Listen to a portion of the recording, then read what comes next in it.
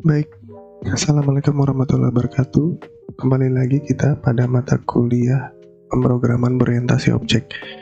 Kali ini kita masih melanjutkan pertemuan kita pada pembahasan video pembelajaran sebelumnya untuk pembahasan tentang ketentuan yang harus kita buat pada saat kita membangun atau merancang simbol dari kelas diagram. Nah, pembahasan kali ini kita membahas tentang aturan yang masih berlaku pada kelas diagram. Sambil mengingat kembali pembahasan sebelumnya ya, pada pertemuan video pembelajaran sebelumnya kan kita bahas tentang bagaimana membuat ketentuan untuk penulisan pada satu simbol ya, atau pada beberapa simbol. Bagaimana caranya kita menentukan pemberian penamaan kelas, penamaan pada atribut, penamaan pada nama metode, kemudian apabila kita perlukan kita buat responsibility-nya seperti apa untuk memberikan keterangan terkait dengan nama simbol tersebut. Nah, untuk membuat sesuai dengan aturan kan kita konversikan dalam bentuk penulisannya. Kemarin kita sudah bahas di sini. Jadi untuk info lebih jelasnya terkait dengan pembahasan ini, silakan dicek kembali video pembelajaran saya sebelumnya. Kemudian seperti biasa, bahwa pembahasan yang saya sampaikan juga secara umum banyak sekali ya, kalian bisa jumpai pada artikel-artikel atau blog yang dibuat orang, atau mungkin video pembelajaran juga yang dibuat orang lain ya terkait dengan pembahasan yang sama untuk pembuatan kelas diagram atau simbol pada kelas diagram. Nah, memang ada banyak sekali penerapan-penerapan UML yang bisa kalian terapkan.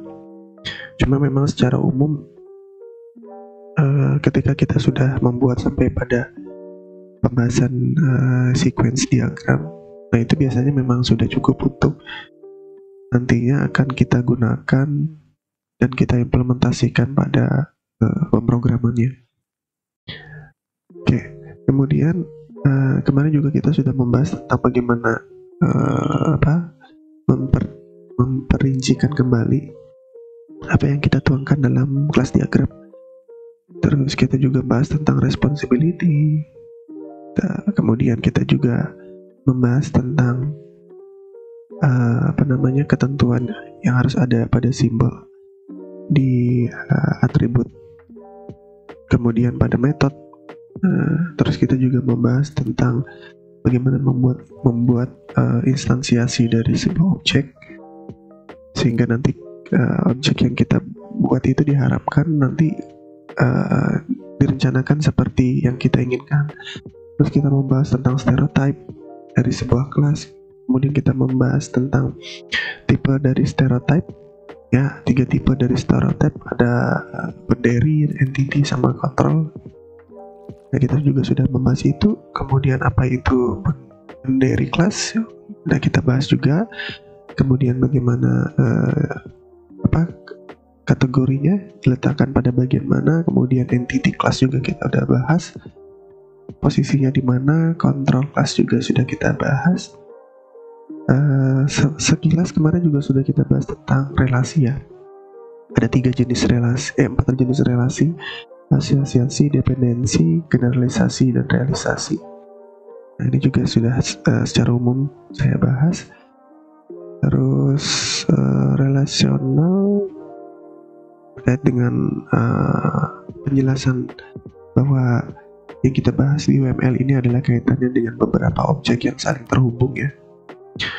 Terus juga pembahasan relasional ini kan mengacu kepada 3 hal, yaitu association, aggregation, sama generalization ya. Jadi ada 3 konsep relasi. Ini juga kemarin di pertemuan video pembelajaran juga saya singgung secara umum. Kemudian bentuk relasi, penjelasan dari bentuk relasi ini, association, aggregation, sama generalization juga sudah saya sampaikan juga pada video pembelajaran sebelumnya tentang pengertian ini. Oke, silakan bisa dipahami secara umum. intinya mengacu kepada 3 bentuk relasi ini. Ada relasi yang dia terhubung antar objek atau antara 2 kelas, kemudian relasi yang kaitannya dengan informasi terpusat pada satu kelas, sehingga nanti dia bisa memberikan bagian-bagian detail pada kelas-kelas yang lain. Terus ada generalization yang kaitannya dengan inheritance atau pewarisan turunan dari atribut atau metode dari kelas parent dan child class, seperti itu. Kemudian ini kemarin juga ya, saya sudah sampaikan juga kaitannya dengan bentuk dari relasi asosiasi ya. 2 bentuk asosiasi, ada unidirectional sama bidirectional ya. Kemarin saya contohkan untuk 2 model, pilot dan pesawat kalau nggak salah ya, pilot sama pesawat.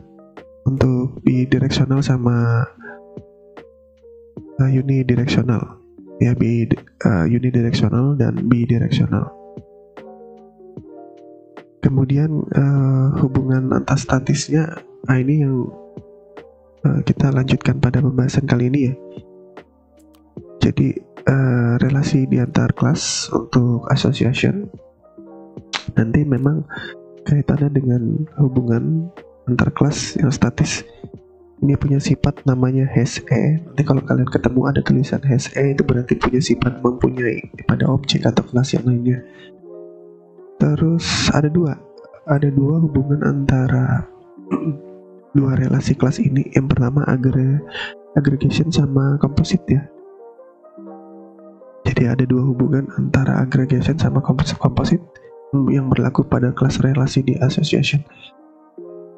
Kayaknya sebelumnya juga sudah saya tampilkan gambar ini deh. Kalau belum, saya jelaskan sekarang juga ya. Jadi dari 2 kelas-kelas yang saling berelasi, perhatikan tanda panah ini. Ini berarti segala bentuk yang dimiliki oleh kelas ini, baik terkait dengan atributnya, ini nanti akan dipakai oleh kelas yang ada di sini, seperti penjelasan di slide ini ya. Jadi objek pada pilot ini memiliki unidirectional pada objek pesawat. Nah, ini artinya objek pilot ini akan bisa memanggil properti yang ada di pesawat. Tapi pesawat, objek atau properti yang ada di pesawat ini, objek atau kelas yang ada di pesawat ini nggak bisa manggil atribut atau metode yang ada di pilot. Jadi perhatikan tanda panahnya, berarti pilot ini has a daripada pesawat. Kalau kita dicek di gambar ini berarti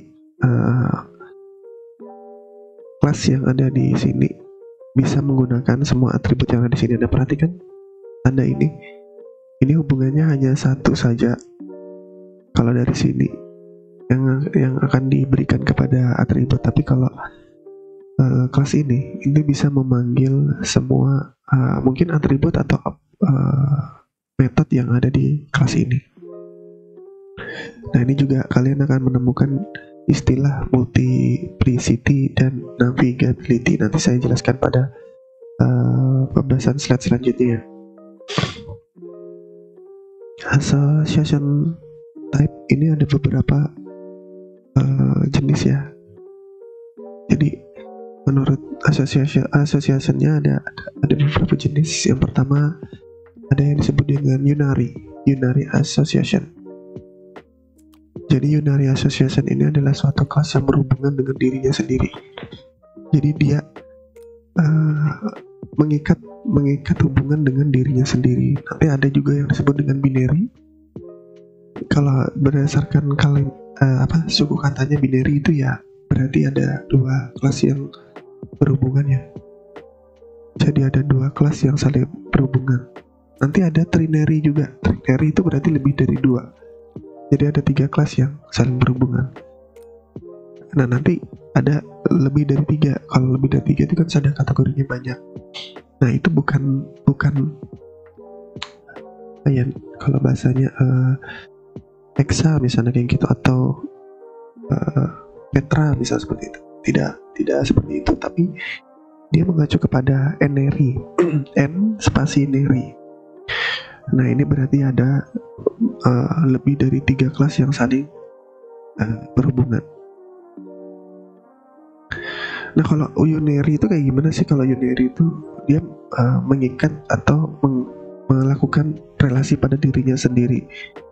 Jadi kejadian seperti ini bisa saja terjadi apabila dia memiliki di dalam kelas tersebut dia memiliki beberapa metode dan beberapa properti. Nah metode yang dia bangun atau properti yang dia bangun itu di dalamnya mengandung mengandung informasi yang kaitannya dengan tipe dari atribut atau metode itu sendiri. Misalnya tipenya adalah privat, protektif, atau misalnya public. Nah dia bisa menentukan di dalamnya ini ada kelasnya itu sendiri untuk bisa dipanggil di metode yang lain. Jadi dia ada relasi pada dirinya sendiri untuk turunan dari generalization atau parent terhadap si childnya. Nah nanti ada hubungan secara umum dari 2 kelas, itu binary association. Jadi hubungan antara 2 kelas ini seperti biasa, ada 2 kelas yang saling terhubung, kemudian ada penggunaan atribut yang dilakukan secara bergantian atau bersama-sama yang disebut dengan multiplicity. Terus nanti ada juga ternary. Binary ini ya hubungannya lebih dari 2 ya, jadi ada 3. Nanti dihubungkan dengan menggunakan simbol diamond ya, diamond binary. Jadi ada lebih dari 3 kelas di binary association ya, diamond association. Nah ini terhubung dari lebih dari 2 kelas.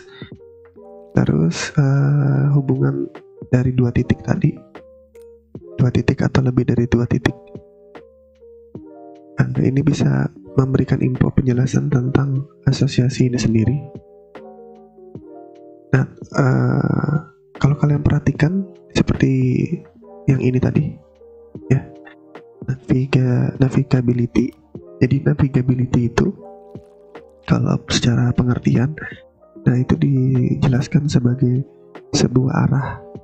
Jadi navigability ini dia pengaturan sebuah panah, di mana panahnya itu menggambarkan arah dari hubungannya, arah dari association, entah ditransfer atau disusun.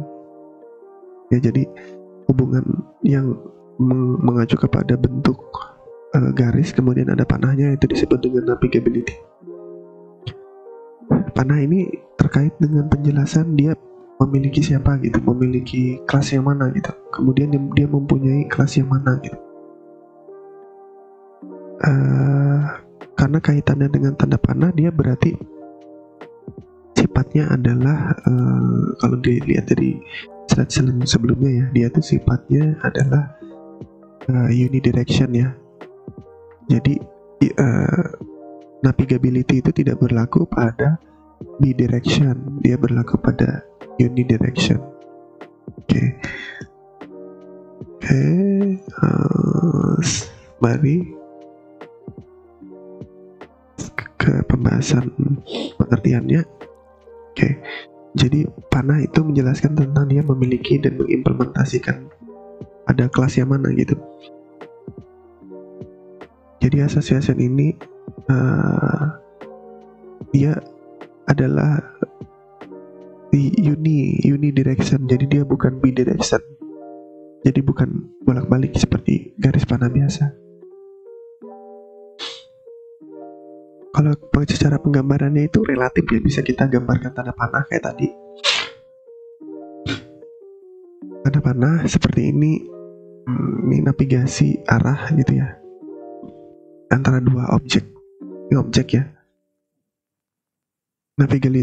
Navigability-nya tuh di sini. Jadi order ini dia perlu untuk menggunakan atribut atau metode yang ada di order item, misalnya seperti ini. Nah ini sifat ini adalah dia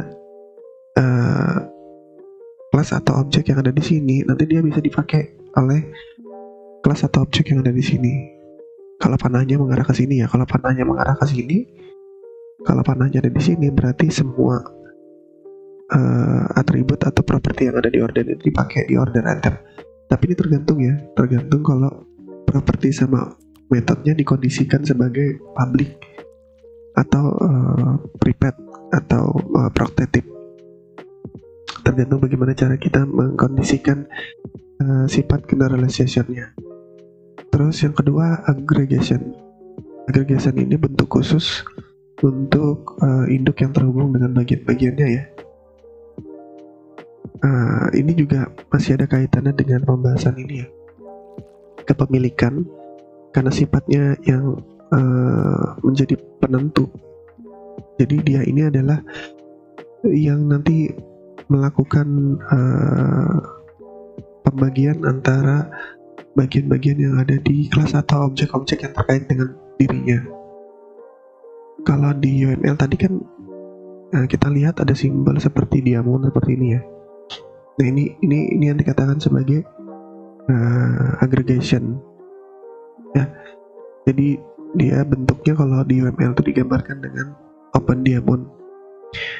Jadi dia adalah sisi yang menyatakan sebagai induknya. Jadi dia disimbolkan dengan seperti jajar genjang yang terang gitu ya. Jajar genjangnya dia terang,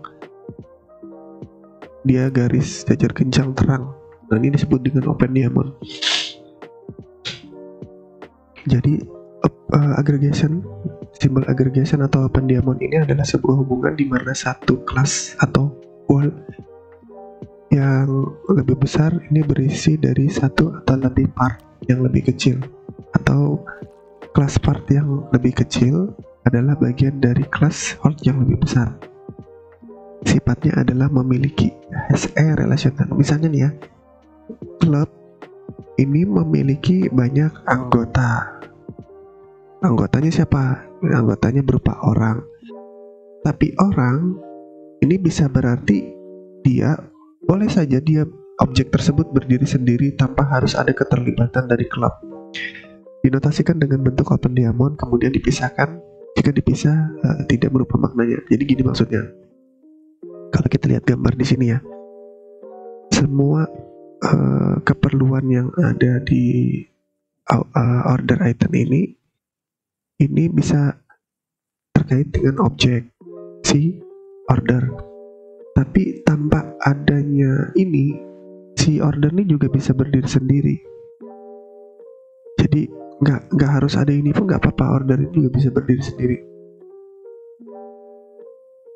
Nah sifat diamond itu seperti itu. Kayak penjelasan ini ya, kalau klub memang dia bagian yang terdiri dari anggota-anggota di dalamnya. Tapi yang namanya orang ini sebagai objek, dia bisa berdiri sendiri tanpa harus ada klub. Jadi bentuk open diamondnya seperti ini simbolnya. Jadi keperluan pada properti atau metode pada objek yang kita gunakan ini sah-sah saja kita gunakan. Tapi tanpa adanya objek tersebut, si objek yang terkait dengan itu bisa aja dia berdiri sendiri. Jadi keberadaannya tetap ada gitu.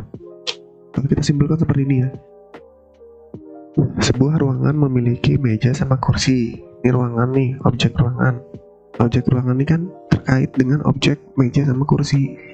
Tapi nggak ada ruangan pun meja sama kursi ada gitu. Objek ini tetap ada.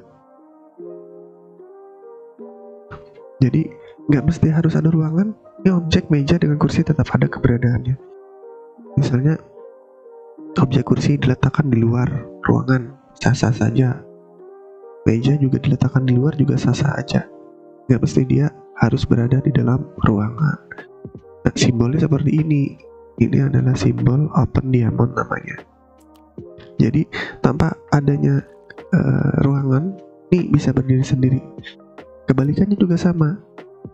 Tanpa adanya kursi atau meja, ruangan ini bisa aja nggak mesti harus ada di dalamnya kursi atau meja.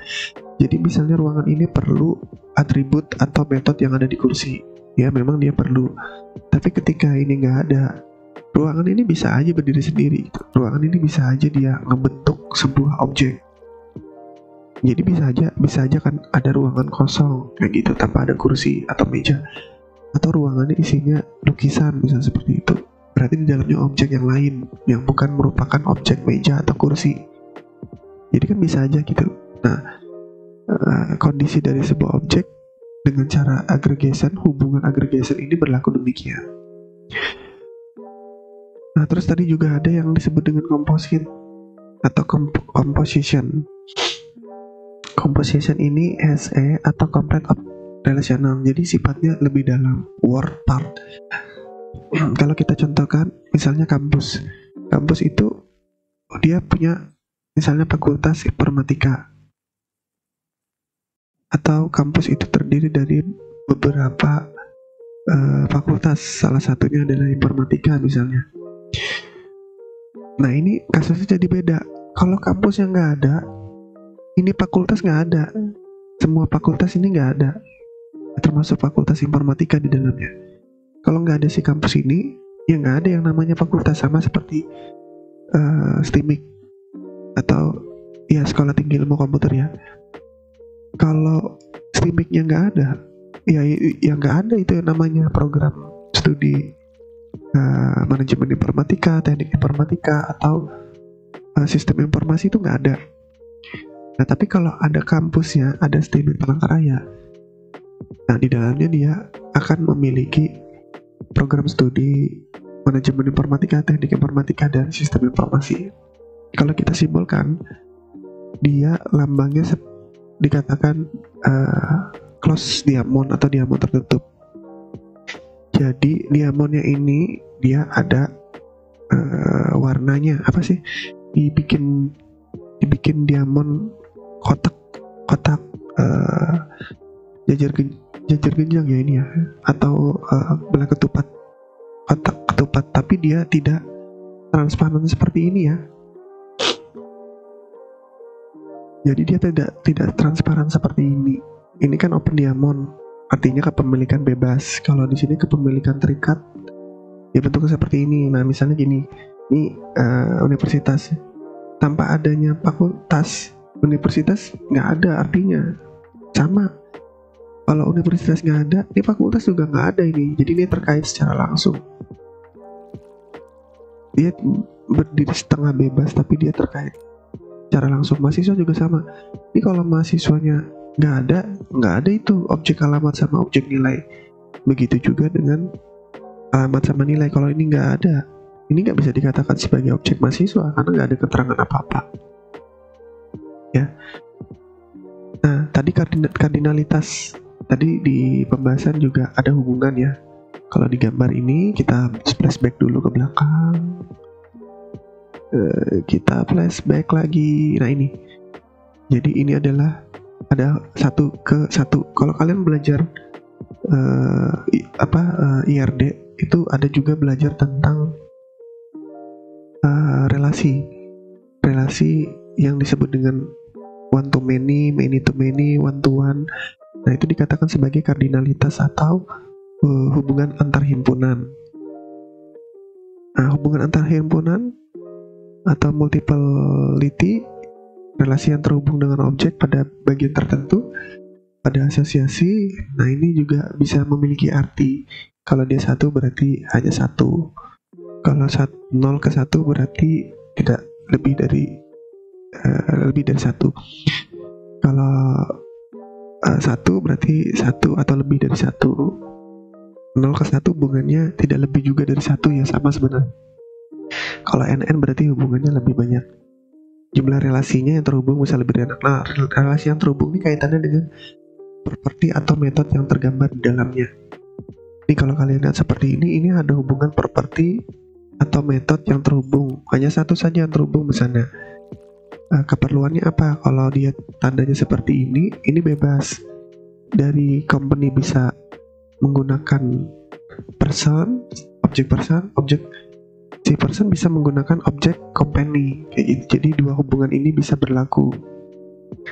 Detail hubungan ini digambarkan dengan bentuk aggregation. Aggregationnya seperti ini. Ini artinya kalau si person nggak ada, company bisa berdiri bebas. Kalau company nggak ada, si person juga bisa berdiri bebas. Nanti disimbolkan dengan bentuk seperti ini. Di company-nya, kalau kita mau pakai properti atau method yang ada di sini, kita simbolkan dengan owner. Owner ini nama propertinya ya, diambil dari objek person. Kalau kita ngambil method di person ini, berarti apa nama metodnya? Employment method. Nah, nanti propertinya kita gambarkan di sini. Nah, objek dari person ini yang kita ambil adalah method dari employment-nya. Jadi employment-nya yang ada di person ini kita panggil dulu, kemudian kita kurung kurawal, buka tutup, kemudian nama objeknya apa, objek yang kita panggil, terus kita letakkan pada objek company. Kalau kita pakai composite juga sama, caranya juga sama, dan nilainya yang dipanggil ya sama. Tapi kalau kita gambarkan dalam bentuk simbol, kompositnya jadi seperti ini. Jadi disimbolkan dengan bentuk jajar genjang tapi dia tertutup. Nah, kalau kayak gini kondisinya, ini artinya setiap properti setiap objek yang ada di sini dia tidak bisa berdiri sendiri tanpa adanya objek si card. Gitu juga sebaliknya, nanti objek card ini kalau dia nggak ada, ini juga nggak bakalan ada. Ini nggak ada, ini nggak bisa disebut sebagai objek card. Jadi ketergantungannya sifatnya terikat. Terus ada yang dikatakan sebagai turunan. Di dalam relasi ini juga bisa disebut dengan inheritance. Nah, itu tadi di awal kita sebutnya generalization. Nah, kita bahas sedikit tentang inheritance atau pewarisan. Inheritance ini karakter yang harus wajib dimiliki oleh pemrograman berorientasi objek, di mana ada sifat kelas yang mewariskan sifat. Jadi kelas yang mewariskan sifat ini dari parent kepada si kelas childnya. Kelas yang menurunkan sifat-sifat itu disebut dengan superclass, sedangkan kelas yang mewarisinya disebut dengan subclass. Inheritance ini dia punya sifat is A. Kalau tadi has A ya, ini is A. Artinya adalah sebuah atau kind of atau sejenis. Subclassnya ini atau child classnya ini dia memiliki atau menggunakan atribut atau operasi atau metode yang berlaku pada tingkatan hierarkinya saja. Karena inheritance rasional ini bukan merupakan relasional pada objek, maka relasional ini tidak diberi nama. Begitu pula dengan penamaan role atau multiple-nya. Jadi hubungannya dia itu tidak perlu kita berikan kardinalitas, kita berikan hubungan tentang navigation, itu nggak perlu. Navigability ya, itu nggak perlu. Jadi kita kalau menggunakan inheritance ini sifatnya adalah turunan. Kalau secara umum kita menentukannya konsepnya dengan menggunakan hierarki, terus kelas yang diturunkan, ada kelas yang diturunkan, kemudian kelas yang diturunkan itu mewarisi objek dan dalam bentuk atribut dan metodenya. Sifatnya tadi adalah is A, adalah sebuah. Jadi kalau disimbolkan itu seperti ini ya. Jadi dari 3 objek, parent dia menurunkan sifat kepada objek pelayan dan objek tukang masak di sini. Sederhananya seperti ini, disimbolkan dengan tanda panah ke atas sebagai parentnya ya. Terus ada yang dikatakan sebagai abstract class. Abstract class ini adalah jika suatu kelas hanya diperlukan sebagai sebuah template, maka kelas-kelas yang lebih spesifik di dalam sistemnya itu nanti tidak akan ada objek pada kelas tersebut. Ini tidak ada instan pada abstract class, kemudian pada notasinya juga diberikan tulisan miring. Pembahasan dari abstract class nanti kita fokuskan pada bagian praktikumnya ya, nanti untuk membahas tentang pembuatan object class. Secara generalization, hierarki untuk parent sama child, superclass dan subclassnya nanti kita bisa terjemahkan seperti ini. Jadi dari parent class-nya menurunkan sifat kepada child anak child class-nya. Nah, dia bisa menggunakan sifat yang diturunkan dari parent class-nya, nanti disimbolkan dengan seperti ini. Terus untuk class person merupakan generalization dari class doctor, class person. Subclassnya secara spesifik kelas yang menjadi sebagai subclassnya di sini adalah person. Ini superclassnya, di mana dalam hal ini adalah sebagai class person. Ini nanti dinamakan sebagai kelas arsa, sedangkan kelas yang menjadi subkelasnya ini adalah dokter sama patient. Kemudian nanti dia ada subkelasnya lagi dan sebagainya. Jadi ini hierarki ya. Bisa jadi nanti person class ini dia tidak digunakan menjadi objek, tapi dia sebagai abstrak class saja. Nah, nanti abstrak classnya ini digunakan pada kelas-kelas selanjutnya. Ya, disimbolkan bisa seperti ini sebagai abstrak class. Dia menggunakan abstrak class ini bisa tidak menjadi sebuah objek, tapi yang nanti akan menjadi objek bisa jadi si personal konsumen dan corporate konsumen. Jadi atribut atau properti yang ada di sini dipakai oleh corporate konsumen sebagai kelas dan personal konsumen sebagai kelas. Digambarkan dengan seperti simbol ini. Dependensi, pembahasan dependensi digunakan untuk menunjukkan sebagai tanda bahwa sebuah operasional dari suatu kelas menggunakan kelas pada lainnya. Contohnya misalnya untuk menu ya. Jadi menu pada form, kalau kita mau isi, kita bisa bentuk seperti ini. Jadi kalau pada objek nanti kita mau menggambarkan sebuah tindakan di mana tindakannya harus ada pengisian, maka kita bisa menerjemahkan pada simbol gambar seperti ini. Di display form ini apa sih maksudnya? Oh, ini nanti akan menggunakan form di sana yang harus diisi, maka nanti kita bisa bikin tanda panah putus. Di sini kita terjemahkan sebagai kotak form. Nah, kalau kita mau menerjemahkan tadi ya, seperti yang saya bilang, kalau parent child itu tidak bisa kita simbolkan dengan menggunakan kardinalitas. Ini nggak boleh seperti ini. Sifatnya adalah hierarki. Kalaupun kita mau membuat hubungannya dalam bentuk objek, itu bisa aja kita kita bikin hubungannya seperti ini, atau unity tadi ya, unity asosiasi tadi. Oke, kemudian yang ini UML menawarkan kemampuan untuk menggambarkan tautan asosiasi pada atribut, kemudian kelas asosiasi disebut dengan asosiasi kelas. Oke, ini ada dua objek yang terhubung. Apa hubungannya antara objek ini asosiasinya? Kalau kita contohkan boleh seperti ini. Kalau kita mau menggambarkan hubungan antara dua kelas bisa juga seperti ini. Nah, disarankan tidak seperti ini. Nah, ini yang benarnya. Jadi ada hubungan kelas yang terhubung. Secara umum kalau kita gambarkan dalam bentuk diagram kelas secara utuh kurang lebih seperti ini ya. Kita bisa memberikan penamaan kategorinya, dia sebagai pendiri, dia sebagai kontrol, dia sebagai entity di atasnya ya. Kemudian nama kelasnya, perhatikan nama kelasnya. Oke, diawali dengan huruf besar. Kalau dia dua suku kata, dua pertengahannya huruf besar juga ya, huruf besar pada kata pertama, huruf besar pada kata kedua. Terus pelanggan pada propertinya, kemudian pada metodenya. Ini sifatnya dia semua tanda plus, ini berarti dia public ya sifatnya ya. Terus kalian cek, kalian lihat di sini ada hubungan kardinalitas, ada hubungan open diamond di sini.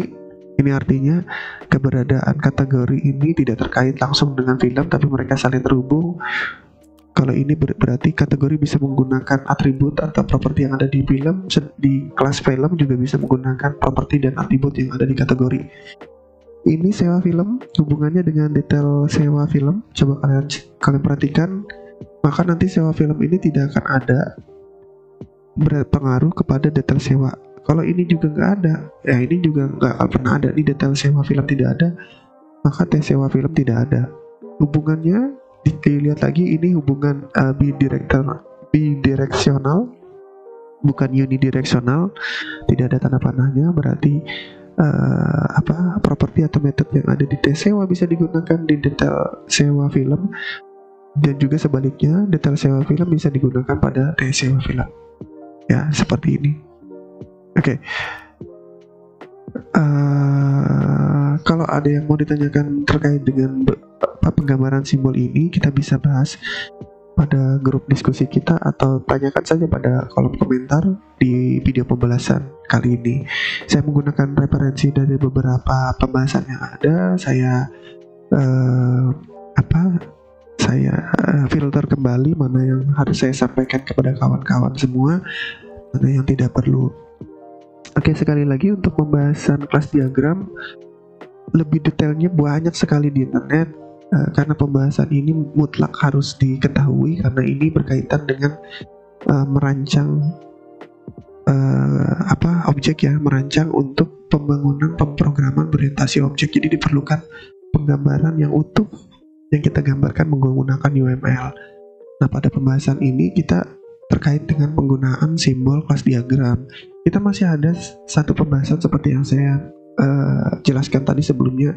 Kita masih ada satu pembahasan, yaitu pembahasan pada sequence diagram. Jadi pembahasan ini tetap harus saya sampaikan juga pada video pembelajaran saya untuk state diagram atau dan selanjutnya. Mungkin itu tidak saya sampaikan secara umum ya, tapi silakan juga kalian cek di video pembelajaran yang lain kayak gitu selain dari video pembelajaran saya. Oke, sekali lagi kalau ada yang mau ditanyakan dari pembahasan video pembelajaran saya, silakan tanyakan pada kolom komentar pada video pembelajaran ini atau pada grup diskusi kita. Demikian untuk pembahasan kelas diagram kali ini. Sekali lagi kalau ada pembahasan saya yang kurang dimengerti atau kurang dipahami, saya mohon maaf. Kalau ada hal-hal yang kurang keliru dari pembahasan saya juga mohon maaf. Lebih kurangnya kalau penyampaian saya kurang dimengerti, saya juga mohon maaf. Saya akhiri untuk pembahasan hari ini. Kita bertemu lagi nanti pada pembahasan video pembelajaran selanjutnya. Dan assalamualaikum warahmatullahi wabarakatuh.